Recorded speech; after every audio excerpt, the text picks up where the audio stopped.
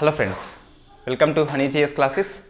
23rd November current affairs with GS points, Hindu express, Eenadu, PIB news. మొత్తం 12 articles మనకి వార్తల్లో ఉన్నాయి. So first article Indian polity constitutional bodies కిందకి వస్తుంది, ఎన్నికల సంఘం అని చెప్పేసి. సో పనౌటి అనే పదం వార్తల్లో ఉంది.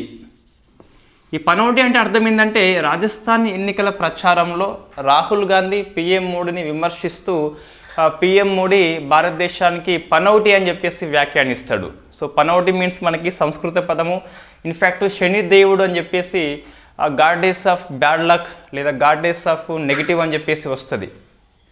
సో ఇతను వచ్చినట్లయితే అవి ఫెయిల్ అయిపోతాము, భారతదేశం వరల్డ్ కప్లో ఓడిపోయింది అందుకే అని చెప్పేసి పనౌటి కారణంగా అని చెప్పేసి ఇన్ఫ్యాక్ట్ విమర్శిస్తూ వ్యాఖ్యానం చేయడం జరిగింది.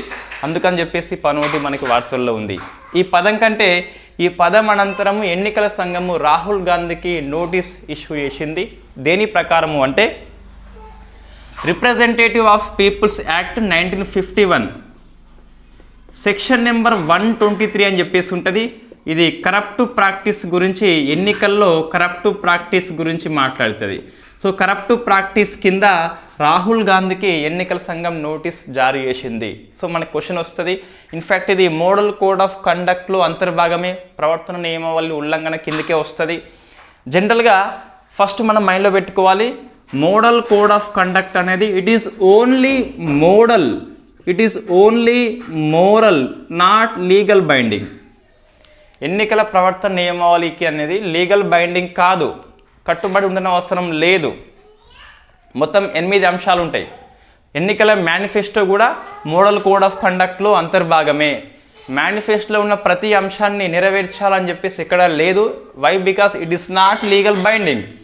బట్ ఓవరాల్గా model code of conduct legal binding కాదు, కానీ మోడల్ కోడ్ ఆఫ్ కండక్ట్లో ఉన్న కొన్ని అంశాలు చట్టాల ద్వారా అమల్లోకి వస్తాయి. అందులో కరప్ట్ ప్రాక్టీస్ అని చెప్పేసి లంచం ఇవ్వడము, సో దూషించడం అని చెప్పేసి వస్తుంది. దూషించిండు కాబట్టి కరప్ట్ ప్రాక్టీస్ అనేది ఉల్లంఘన చేసిండు కాబట్టి ఎన్నికల సంఘం నోటీస్ ఇష్యూ చేసింది. సో మళ్ళీ చెప్తున్నా, model code of conduct it is not legal binding. Model only for moral, not legal binding. అందులో ఉన్న అంశాలు కొన్ని చట్టాల కిందికి వస్తాయి కాబట్టి ఆ చట్టం ప్రకారము వీళ్ళని శిక్షించవచ్చు. సో ఇది వార్తల్లో ఉంది, కరప్ట్ ప్రాక్టీస్ అని చెప్పేసి గుర్తుపెట్టుకోవాలి. ఈ ఎన్నికల్లో ఉచితాలు అని చెప్పేసి మేనిఫెస్టోలో ఏమన్నా ఇచ్చినట్లయితే అది ఫ్రీబీస్ అనేది, రెవడీ కల్చర్ అనేది కరప్ట్ ప్రాక్టీస్ కిందకి రాదు అని చెప్పేసి సుప్రీంకోర్టు ఎప్పుడు తీర్పు చెప్పింది. కేసు పేరు ఏంటి? ఇది మీరు ఆన్సర్ చేయండి. మన నెంబర్ ఆఫ్ టైమ్స్ డిస్కస్ చేసిన గ్రూప్ 1 మెయిన్స్ ఆఫ్ పాయింట్ ఆఫ్లో కూడా ఈ ఫ్రీబీస్కి వెల్ఫేర్ స్కీమ్స్కి మధ్యలో చిన్న గీత ఉంటుంది. తేడా ఏంటి? ఉచితాల ఆధారంగా భారత ఆర్థిక వ్యవస్థ ఎలా ప్రభావితం అవుతుంది అని చెప్పేసి గ్రూప్ 1 మెయిన్స్ క్వశ్చన్ అది మనకు డిస్కస్ చేసినాం ఇంతకుముందు ఎప్పుడో మొత్తం మీద. ఇప్పుడు మన క్వశ్చన్ ఏంటంటే, సో కరప్ట్ ప్రాక్టీస్, ఎన్నికల్లో అవినీతి కిందికి ఉచితాల ప్రకటన రావు అని చెప్పేసి సుప్రీంకోర్టు జడ్జిమెంట్లో చెప్పడం జరిగింది. అది మనకి వార్తల్లో ఉంది. నెక్స్ట్ సెకండ్ది, స్పెషల్ కేటగిరీ స్టేటస్ ఇవ్వాలని చెప్పేసి బీహార్ క్యాబినెట్ తీర్మానం చేసింది. సో అందుకోసం అని చెప్పేసి వార్తల్లో ఉంది స్పెషల్ కేటగిరీ స్టేటస్. మనం గ్రూప్ 1 మెయిన్స్ కోసం ఆర్టికల్ డిస్కస్ చేసినాము, నేను ఎండ్ కార్డ్లో ఇస్తాను. అది చూస్తే గ్రూప్ 1 మెయిన్స్ పాయింట్ ఆఫ్ వ్యూలో ఒక ఆర్టికల్ అనేది సమగ్రంగా అర్థమవుతుంది, ఈజీగా మనం ఆన్సర్ రాయొచ్చు. గ్రూప్ 2 పాయింట్ ఆఫ్ వ్యూలో ఈ స్పెషల్ కేటగిరీ స్టేటస్ ఇవ్వాలంటే, సో ఫస్ట్ ఎవరు సిఫార్సు చేసినారు, అర్హత ఏంటి, అర్హతలు ఎవరు నిర్దేశించారు, సో ప్రయోజనం ఏంటి ఇచ్చినట్లయితే, ప్రజెంట్ ఎన్ని రాష్ట్రాల్లో ఇది అమల్లో ఉందని చెప్పేసి గ్రూప్ 2 పాయింట్ ఆఫ్ వ్యూలో మనం గుర్తుపెట్టుకోవాలి. నెక్స్ట్ ఫాతిమా బీవి, సుప్రీంకోర్టు యొక్క ఫస్ట్ మహిళా న్యాయమూర్తి వార్తల్లో ఉంది. ఎందుకు వార్తల్లో ఉంది ఫాతిమా బీవి అంటే, అన్ఫార్చునేట్లీ మనకి ఈరోజు మరణించింది కాబట్టి వార్తల్లో వచ్చింది. సో ఈమె కేరళలో పుట్టింది. ఫస్ట్ ఇది key point. TSPSC subject test చేయదు, ఇన్ఫ్యాక్ట్ బట్టి టెస్ట్ ఇస్తుంది కాబట్టి కేరళ అని చెప్పేసి మనం గుర్తుపెట్టుకోవాలి. ఇన్ఫ్యాక్ట్ ఈమె 1989 నుంచి 92 వరకు పనిచేసింది. సో ఇక్కడ ఇయర్స్ అనేవి ఎందుకు ఇంపార్టెంట్ అంటే, ఫస్ట్ మహిళా న్యాయమూర్తి సుప్రీంకోర్టు గడప తొక్కాలంటే ఆల్మోస్ట్ 3 డికేడ్స్, 3 డికేడ్స్ అనేవి, 4 డికేడ్స్ అనేవి గడిచిపోయినాయి ఒక మహిళా న్యాయమూర్తి కావాలంటే. సో మన ఫాతిమా బీవి సుప్రీంకోర్టు న్యాయమూర్తిగా ప్రమాణ స్వీకారం చేసినప్పుడు ఒక విమర్శ చేస్తుంది సుప్రీంకోర్టు మీద. సో బహిరంగంగా చేస్తుంది. ఇన్ఫ్యాక్ట్ ఏమంటదంటే ఫాతిమా బీవి గారు కొలీజియం అనేది ఓల్డ్ బాయ్స్ స్కూల్ అని చెప్పేసి విమర్శ చేస్తుంది. మనం గ్రూప్ వన్ మెయిన్స్ రాసేటప్పుడు కొలీజియము ఎన్జిఏసి, మనం ఇది గ్రూప్ వన్ మెయిన్స్ డిస్కస్ చేసినాము. ఎన్జిఏసి యొక్క ప్లస్ ఏంటి మైనస్ ఏంటి, కొలీజియం ప్లస్ ఏంటి మైనస్ ఏంటి, what is the way forward అని చెప్పేసి డిస్కస్ చేసినాము. సుప్రీంకోర్టు అయితే ఎన్జిఏసిని కొట్టిపడేసింది. సో మనకు న్యాయశాఖ మంత్రి కిరణ్ రిజిజు ఉన్నప్పుడైతే నెంబర్ ఆఫ్ టైమ్స్ కొలీజియాన్ని విమర్శ చేస్తాడు, సుప్రీంకోర్టు కొలీజియాన్ని సమర్థిస్తుంది. సో మనము మెరిట్ డిమెరిట్స్ డిస్కస్ చేసినాం. అప్పుడు కొలీజియంలో డిమెరిట్ కింద ఒక పాయింట్ మనం రాసుకోవచ్చు, ఫాతిమా బీవి యొక్క కామెంటు. సుప్రీంకోర్టు ఫస్ట్ మహిళా న్యాయమూర్తి ఏమంటుంది కొలీజియాన్ని, వీళ్ళు పురుషుల పట్ల పక్షపాత వైఖరి ప్రదర్శించి మహిళా న్యాయమూర్తుల్ని సుప్రీంకోర్టుకి ఎలివేషన్ చేస్తలేరు, అది ఒక ఓల్డ్ బాయ్స్ స్కూల్ అని చెప్పేసి, వృద్ధ బాలుర పాఠశాల అని చెప్పేసి కొలీజియాన్ని విమర్శ చేస్తూ వ్యాఖ్యానం చేస్తుంది. ఇన్ఫ్యాక్ట్ ప్రమాణ స్వీకారం రోజే చేస్తుంది. అది మనం గ్రూప్ వన్ మెయిన్స్లో రాసుకోవచ్చు. సో ప్రముఖుల కామెంట్స్ కోట్స్ని మనము రాస్తే ఎక్కువ మార్క్స్ అయితే పడతాయి. తర్వాత నేషనల్ హ్యూమన్ రైట్స్ కమిషన్ ఏర్పడ్డప్పుడే 93 నుంచి 97 దాకా మహిళా సభ్యురాలుగా పనిచేసింది. అంత ఇయర్ అవసరం లేదు, బట్ ఫస్ట్ కాబట్టి గుర్తుపెట్టుకోవాలి. తర్వాత ఇంకా తమిళనాడు రాష్ట్రానికి గవర్నర్గా పనిచేసింది. సో 97 నుంచి 2001 దాకా సుప్రీంకోర్టు న్యాయమూర్తి గవర్నర్ కాబట్టి, సో ఇది ఎప్పుడు మనకి వార్తల్లో ఉంటుంది. ఇన్ఫ్యాక్ట్ పోస్ట్ రిటైర్మెంట్ అనంతరము రాజకీయాల్లోకి రావచ్చు అని చెప్పేసి అందులో మనం ఎగ్జాంపుల్ ఇది రాసుకోవచ్చు. సో ఇది 3 మనం గుర్తుపెట్టుకోవాలి. ఫాతిమా బీవి అని చెప్పేసి ప్రముఖ మహిళా న్యాయమూర్తి చనిపోయింది. నెక్స్ట్ మన కాగు గిరీష్ చంద్ర వార్తల్లో వచ్చినాడు. సో మన కాగు ప్రెసిడెంట్ ఎందుకు వార్తల్లో వచ్చిందంటే, యుఎన్ఓ అనేది ఎక్స్టర్నల్ ఆడిటర్స్ అని చెప్పేసి పిలుస్తాం. యుఎన్ఓ యొక్క ఫండింగ్ని బాహ్యంగా ఆడిట్ చేస్తారు కొంతమంది. సో అందులో ఒక పాలక మండలి ఉంటుంది. ఆ పాలక మండలి యొక్క చైర్పర్సన్ కాదు, వైస్ చైర్పర్సన్గా మన గిరీష్ చంద్రని నియామకం చేయడం జరిగింది. ప్రజెంట్ WHO యొక్క ఎక్స్టర్నల్ ఆడిటర్గా పనిచేస్తున్నాడు. ఇప్పుడు యుఎన్ఓ కూడా పనిచేస్తున్నాడు మన గిరీష్ చంద్ర ముర్ము అని చెప్పేసి, వెరీ ఫేమస్. ఇవి 4 కూడా ఇన్ఫ్యాక్ట్ పర్సన్స్ ఇన్ న్యూస్ అని చెప్పేసి, అపాయింట్మెంట్ అని చెప్పేసి, పాలిటీ అని చెప్పేసి 4 ఆర్టికల్స్ మన పాలిటీ అంశాలే. సో నెక్స్ట్ ఒక జిఐ ట్యాగ్ వార్తల్లో ఉంది. కిష్త్వార్లో ఉన్నటువంటి కుంకుమ పువ్వు, జమ్మూ కాశ్మీర్ అది. సో సాఫ్రాన్ లేదా కుంకుమ పువ్వు అని చెప్పేసి పిలుస్తాం. ఏ ప్రాంతంలో, జమ్మూ కాశ్మీర్లో ఉన్న కిష్త్వార్ ప్రాంతంలో దీనికి జిఐ ట్యాగ్ రావడం జరిగింది. జనరల్గా జిఐ ట్యాగ్ మనకి రోజు పేపర్లో వస్తూ ఉంటుంది. ఈ మధ్యన ఎక్కువ వస్తున్నాయి కాబట్టి గుర్తుపెట్టుకోవాలి. సో అందులో జమ్మూ కాశ్మీర్ కాబట్టి ఈజీగా కాశ్మీర్ అనే పదము ఎంత అందమైందో, సో ఎగ్జామ్లో అంతకంటే ఎక్కువ అట్రాక్ట్ చేస్తుంది కాబట్టి ఆ ప్లేస్ గుర్తుపెట్టుకోవాలి. కిష్త్వార్ అనే ప్రాంతంలో కుంకుమ పువ్వుకి జిఐ ట్యాగ్ వచ్చిందని చెప్పేసి. నెక్స్ట్ స్పేస్ కిందికి వస్తుంది. అంతర్జాతీయ అంతరిక్ష కేంద్రము, ఇంటర్నేషనల్ స్పేస్ స్టేషన్ వార్తల్లో ఉంది. వై? బికాస్ 25 ఇయర్స్ పూర్తి చేసుకుంది కాబట్టి వార్తల్లో ఉంది. దీన్ని వెరీ ఫస్ట్ టైం నవంబర్ 1998లో ప్రయోగించినారు కాబట్టి, సో మనకి ఇంటర్నేషనల్ స్పేస్ స్టేషన్ అంటే అంతరిక్ష ప్రయోగాలు చేసేందుకు ఒక ప్రయోగశాల అని చెప్పేసి పిలుస్తాం. స్పేస్ ఎన్విరాన్మెంట్ ఇక్కడ మనము కల్పించుకొని ప్రయోగాలు చేస్తాం. దానికోసం పనికొస్తే ప్రపంచంలో ప్రజెంట్ 2 ఉన్నాయి. ఒకటేమో అంతర్జాతీయంగా ఉమ్మడిగా ఒకటి ఉంటే చైనాకి స్పెషల్గా ఉంది, టియాంగాంగ్ అని చెప్పేసి ఉంది. ఇండియాకి అయితే లేదు. 2035 కల్లా రావాలని చెప్పేసి మనం లక్ష్యం అయితే పెట్టుకున్నాము. రైట్. ఇన్ఫ్యాక్ట్ దీన్ని ఫస్ట్ పంపిన మాడ్యూల్ ఏంటి? సో మాడ్యూల్ అంటే మనకి ఇన్ఫ్యాక్ట్ 3-4 మాడ్యూల్స్ కలిపి ఒక అంతరిక్ష కేంద్రంగా మనం ఏర్పాటు చేసుకుంటాం. చైనాలో మొత్తం 3 ఉన్నాయి. దీంట్లో 5కు పైగా మనకు కనిపిస్తాయి. సో ఫస్ట్ మాడ్యూల్ పేరు జరియా అని చెప్పేసి పిలుస్తాం. ఈ పేరు మనం గుర్తుపెట్టుకోవాలి, ఫస్ట్ మాడ్యూల్ కాబట్టి. 98 నవంబర్లో మనం పంపినాము. మొత్తం మీద 5 కలిపి ఈ స్పేస్ స్టేషన్ కోసం పనిచేస్తున్నాయి. ఒకటి నాసా పనిచేస్తుంది, ఇన్ఫ్యాక్ట్ అమెరికా యొక్క అంతరిక్ష ప్రయోగ సంస్థ. ఇంకోటి సో రాస్ కాస్మోస్ అని చెప్పేసి ఇన్ఫ్యాక్ట్ రష్యా యొక్క ప్రయోగ సంస్థ. నెక్స్ట్ యూరోపియన్ స్పేస్ ఏజెన్సీ అని చెప్పేసి యూరోపియన్ యూనియన్ది ఉమ్మడి సంస్థ. జక్సా అని చెప్పేసి జపాన్ది. తర్వాత కెనడా స్పేస్ ఏజెన్సీ అని చెప్పేసి కెనడాది. మొత్తం మీద 5 సంస్థలు, 5 దేశాలు సంయుక్తంగా దీన్ని ప్రయోగించినాయి. 5 కలిపి పనిచేస్తున్నాయి. రష్యా 2024లో తప్పుకుంటామని చెప్పేసి, మేము సొంతగా అంతరిక్ష కేంద్రాన్ని ఏర్పాటు చేసుకుంటామని చెప్పేసి, ప్రపంచంలో 2వ కంట్రీ అని చెప్పేసి మనం చదువుకున్నాం ఇంతకుముందు. రష్యాది స్పెషల్గా గుర్తుపెట్టుకోవాలి. రైట్. ఇది భూమి నుంచి లో ఎర్త్ ఆర్బిట్లో ఉంది. ఐ మీన్ 450 కిలోమీటర్స్ ఎత్తులో ఇది ఉన్నది. లో ఎర్త్ ఆర్బిట్లో భూమికి ఒకసారి తిరిగి వచ్చేందుకు 90 నిమిషాలు టైం పడుతుంది. 28,000 కిలోమీటర్ ఫర్ అవర్ వేగంతో ఇది ప్రయాణం చేస్తుంది. 90 నిమిషాలకి భూమిని ఒకసారి చుట్టి వస్తుంది. సో మొత్తం మీద మనకు లో ఎర్త్ ఆర్బిట్లో ఉన్నది.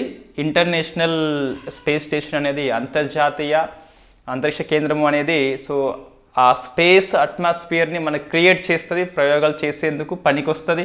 5 సంస్థలు, ఫస్ట్ మాడ్యూల్ పేరేంటి, సో ఎంత వేగంతో ప్రయాణిస్తుంది, ఎన్నిసార్లు భూమిని చుడుతుంది అని చెప్పేసి, ఎన్ని నిమిషాలకి, ఐ మీన్ 1.5 అవర్కి ఒకసారి, ఎంత ఎత్తులో అని చెప్పేసి ఇవన్నీ గుర్తుపెట్టుకోవాలి. దీంతోపాటు ప్రజెంట్ సొంతగా ఉన్నది చైనాకి మాత్రమే ఉన్నది. సో టియాంగాంగ్ అని చెప్పేసి పిలుస్తాం. ఇది ఫస్ట్ది. ఇన్ఫ్యాక్ట్ భారతదేశంలో 2035 కల్లా రావాలని చెప్పేసి కంకణం కట్టుకుంది. అది స్పేస్ కిందికి వస్తుంది. నెక్స్ట్ బ్రాహ్మణి నది అని చెప్పేసి వార్తల్లో ఉన్నది.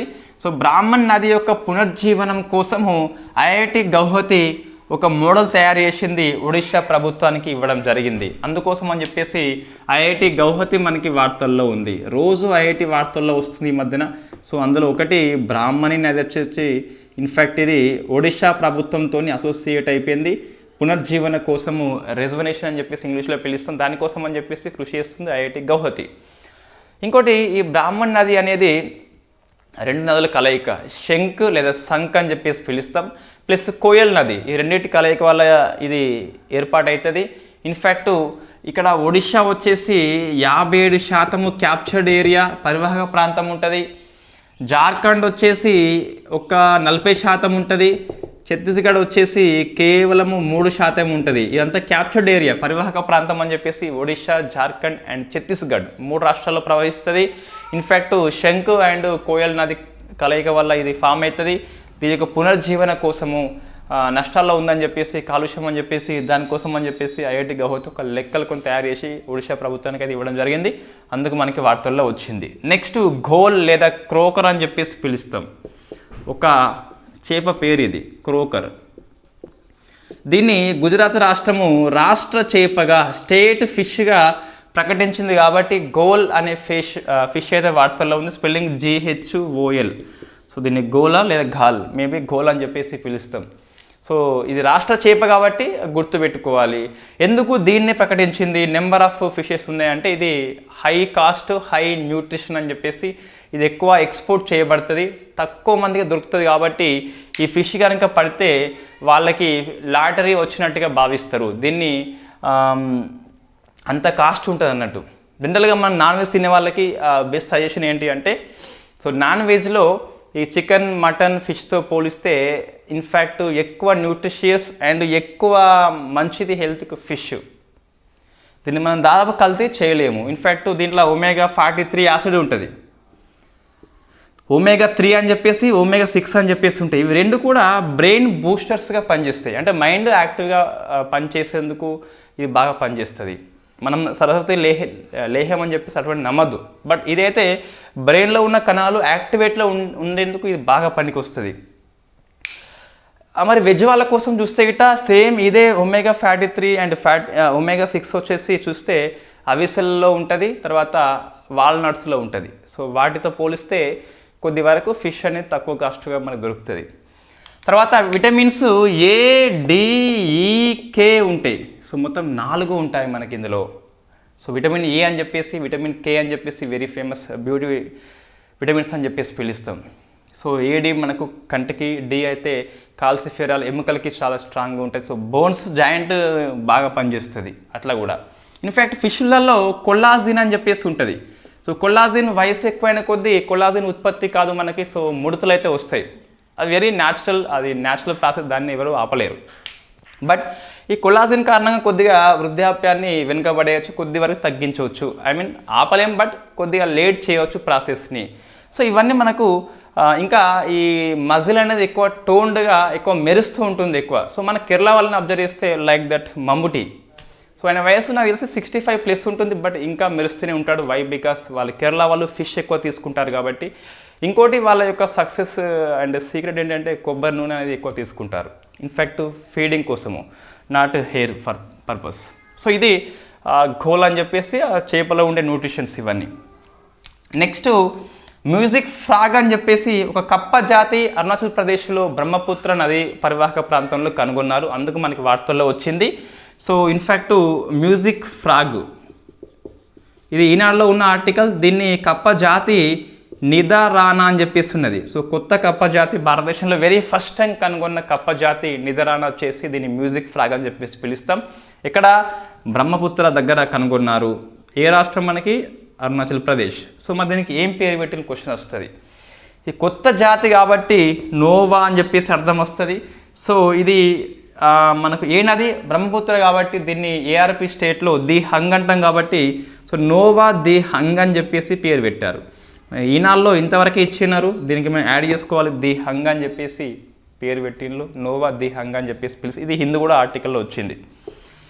నెక్స్ట్ సో ఇది ఇజ్రాయిల్ ప్లస్ హమాస్ దాడిలో మరొక ఆర్టికల్ వార్తల్లో వచ్చింది. సో హ్యూమనిటేరియన్ పాజ్ లేదా మానవతా విరామం అని చెప్పేసి పిలుస్తాం. సో మనం డిస్కస్ చేయాలి ఏ 3 దేశాలు మధ్యవర్తిత్వం వహించి ఇజ్రాయెల్ హమాస్ మధ్య ఈ హ్యూమనిటేరియన్ పాజ్ని లేదా మానవతా విరామాన్ని ఒప్పందాన్ని కుదిర్చినాయి. సో మానవతా విరామము. సో దీనికి కాల్పుల విరమణకి సంబంధం లేదు. ఇవి రెండు కూడా బోత్ ఆర్ నాట్ సేమ్. మానవతా విరామం అంటే నిర్దిష్ట కాలం ఉంటుంది. ఇజ్రాయెల్ ప్లస్ హమాస్ మధ్య 4 days ఉన్నది, నిర్దిష్ట కాలం. ఈవెన్ లక్షణాలు క్వశ్చన్ వస్తుంది. 4 days అని కాదు, మనకి ఇక్కడ 4 days ఉంది, 3 days ఉండొచ్చు, 2 days ఉండొచ్చు. నిర్దిష్ట భౌగోళిక ప్రాంతానికే పరిమితం అవుతుంది. సో ఇన్ఫ్యాక్టు ఎవరైతే బాలురు లేదా మహిళలు పట్టుబడి ఉన్నారో ఇజ్రాయెల్కి హమాస్ వాళ్ళు, హమాస్కి ఇజ్రాయెల్ వాళ్ళు కొన్ని ప్రాంతాల నుంచి ఇన్ఫ్యాక్ట్ వాళ్ళ దేశాలకి తరలింపు చేస్తారు. సో ఇన్ఫ్యాక్టు సైనికులకు కూడా నిత్యావసరాలు ఉంటాయి కాబట్టి ఈ సామాగ్రిని సరఫరా చేసేందుకు కొన్ని నిర్దిష్ట కాలం పాటు నిర్దిష్ట భౌగోళిక ప్రాంతంలో మాత్రమే ఇది అమలు ఉంటుంది. ఇజ్రాయెల్ మొత్తం అమల్లో ఉండదు, కొన్ని ప్రాంతాల్లో మాత్రమే అమల్లో ఉంటుంది. అటువైపు వెళ్ళినప్పుడు అటువైపు కాల్పులు చేయరు. సో నిర్దిష్ట ప్రాంతము, నిర్దిష్ట జియోగ్రఫికల్, నిర్దిష్ట స్పెసిఫిక్ టైం అయితే ఉంటుంది. ఈ 4 days పాటు కాల్పులు ఉండవు ఆ ప్రాంతంలో. సో వేరే ప్రాంతంలో మళ్ళీ ఉంటాయి కంపల్సరీ. సో ఈ 2 లక్షణాలు ఉంటాయి. కాల్పుల విరమణ సీజ్ ఫైర్ అంటే ఇది శాంతి ఒప్పందం, బట్ తాత్కాలికంగా ఇంకా యుద్ధం చేయరు. సో వాళ్ళు మధ్య సంతకాలు చేసుకుంటారు ఇరుపక్షాలు కూడా. ఇది లీగల్గా మనకు బైండింగ్ అయి ఉంటుంది. ఇక్కడ ఇరుపక్షాలు సైన్ చేయకపోవచ్చు, ఒక పక్షం కూడా మనకు మానవతా సహాయం అనేది అందించవచ్చు. బట్ ఇక్కడ చూస్తే ఇరుపక్షాలు కనుక సీజ్ ఫైర్కి ఒప్పుకుంటే కొంతకాలం పాటు శాంతి ఉంటుంది, మరింత ముందుకు పోయేందుకు పనికి వస్తుంది. దీర్ఘకాల ప్రక్రియ ఇదేమో స్వల్పకాల ప్రక్రియ, 2 సేమ్ కాదు. నెక్స్ట్ తర్వాత సో మరి ఇప్పుడు ఈ ఒప్పందం జరిగింది కదా ఇజ్రాయెల్ హమాస్ మధ్య. క్వశ్చన్ వస్తుంది మన గ్రూప్ 1 ప్రిలిమ్స్ 1.0లో ఒక ప్రశ్న వచ్చింది. సో ఇట్లా ప్రశ్న కూడా వస్తుంది. రష్యా ఉక్రెయిన్ వారిలో మధ్యవర్తిత్వం శాంతి కోసం అని చెప్పేసి ఎవరని చెప్పేసి మన గ్రూప్ 1 మెయిన్స్లో గ్రూప్ 1 ప్రిలిమ్స్లో క్వశ్చన్ వచ్చింది. రైట్, ఇక్కడ ఎవరు అంటే ఫస్ట్ ఇన్ఫ్యాక్ట్ ఖతార్ దేశం ఉన్నది, ఎక్కువ చొరవ తీసుకుంది ఇదండి. తర్వాత ఈజిప్ట్ కూడా ఉన్నది, నెక్స్ట్ వచ్చేసి యుఎస్ఏ కూడా ఉన్నది. ఈ 3 దేశాల యొక్క బ్రోకరిజం కారణంగా ఈ ఒప్పందం కుదిరింది. ఎస్, మంచి పరిణామం అని చెప్పేసి చెప్పొచ్చు.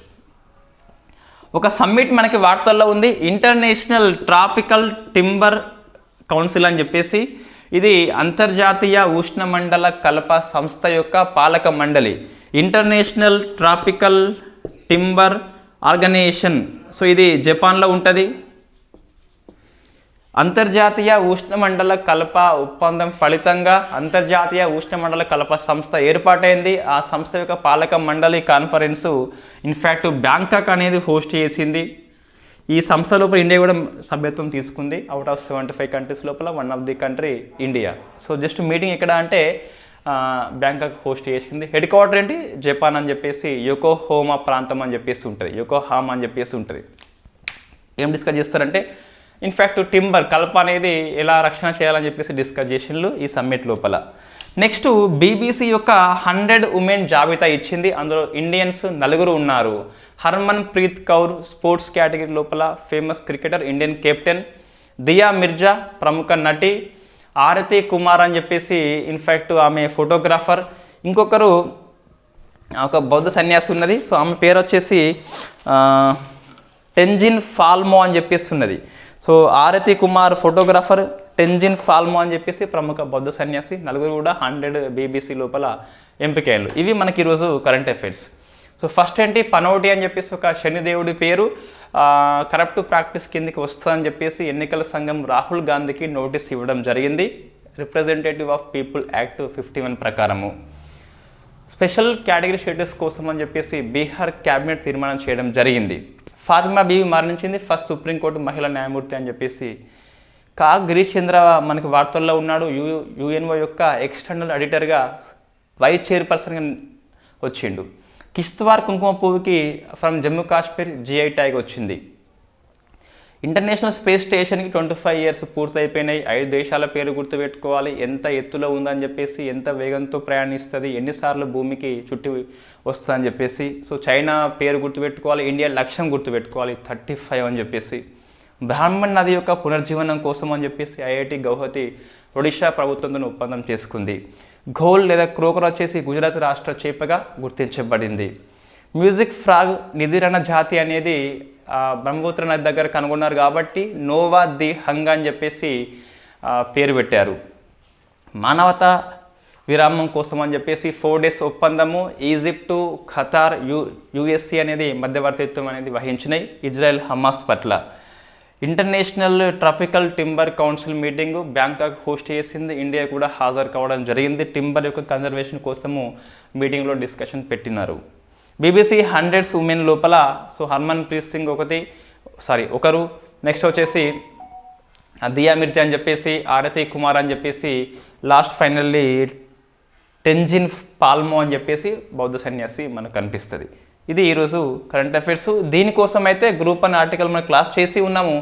ఇక మీదట ఇది కరెంట్ ఇష్యూ అనుకున్నప్పుడు, గ్రూప్ 1 మెయిన్స్లో వస్తుంది అనుకున్నప్పుడు, విశ్లేషణ ఎక్కువ అవసరం అనుకున్నప్పుడు సెపరేట్గా కరెంట్ ఇష్యూ కింద చేద్దాం. వై? బికాస్ మనం సెర్చింగ్ అయితే ఈజీ అవుతుంది. Thank you very much.